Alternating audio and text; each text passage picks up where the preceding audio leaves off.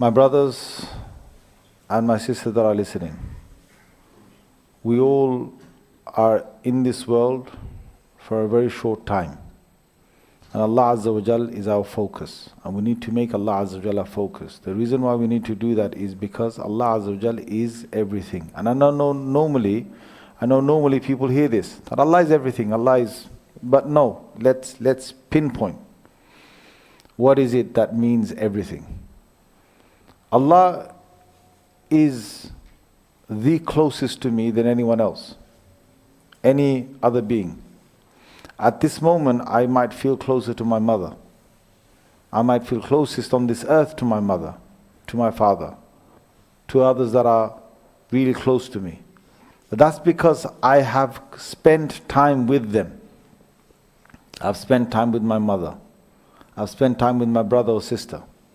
The reason why we don't feel the closeness of Allah Azza wa Jalla is because we haven't spent time with Allah. Allah is closer to me than my own mother. Because Allah is Khaliq.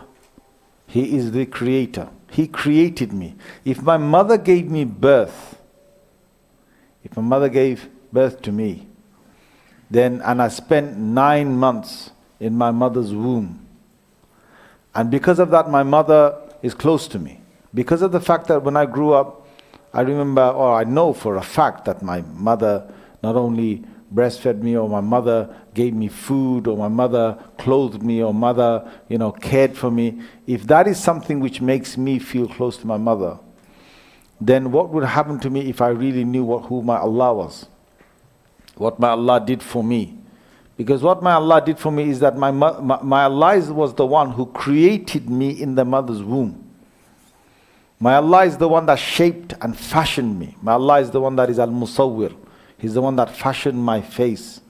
So when Allah Azza wa Jal, He is Al-Khaliq, I am the Makhluq, I am His creation.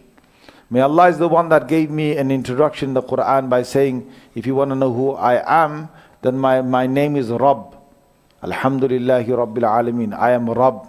I am the one that not only brought you into existence, but I nurtured you. And I gave you, I sustained you. I gave you every part of what is needed for you to grow. So what this means is, in every single moment, from the moment that my heart was beating inside, or even before my heart was beating inside the mother's womb, for every single second from there onwards, Allah Azza wa Jal gave me my growth. Now think about this for a moment. These fingers that I've got, they can't develop to what they are if they got deformed in my mother's womb. These legs that I've got, that were stuck in a certain position for 9 months, these cannot develop if Allah Azza wa Jal just made them deformed. Allah never made them deformed. Allah gave me bones. The bones that I've got, those bones formed over time. They became strong. Allah gave the strength to that. To my weakness, He added strength. My whole brain could have just been, it was jelly. It was absolutely jelly. For Allah Azza wa Jal to then develop a skull that holds my brain.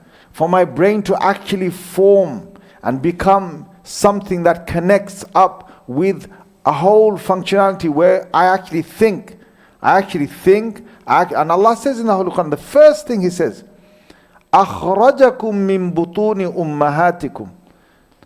Allah is the one, if you want to recognize Him, Allah is the one that He brought you out of your mother's wombs in a state, جَعَلَ لَكُمُ السَّمْعَ وَالْأَبْصَارَ وَالْأَفْئِدَةَ. He gave you, by bringing you out of your mother's wombs, He gave you the hearing, as-sam'. He gave you al-absar, He gave you different sights. Meaning not only the sight of the eyes, but the insight of our hearts and our minds. He gave you that. And Allah Azza wa Jalla says, wal-af'ida, He gave you something inside that you can have awareness and you can be conscious of who you are and where you are and what you're doing. There's a whole functionality of here. يا أيها الذين آمنوا أنفقوا مما رزقناكم من قبل أن يأتي يوم لا بيع فيه ولا خلة ولا شفاعة والكافرون هم الظالمون. صدق الله العظيم.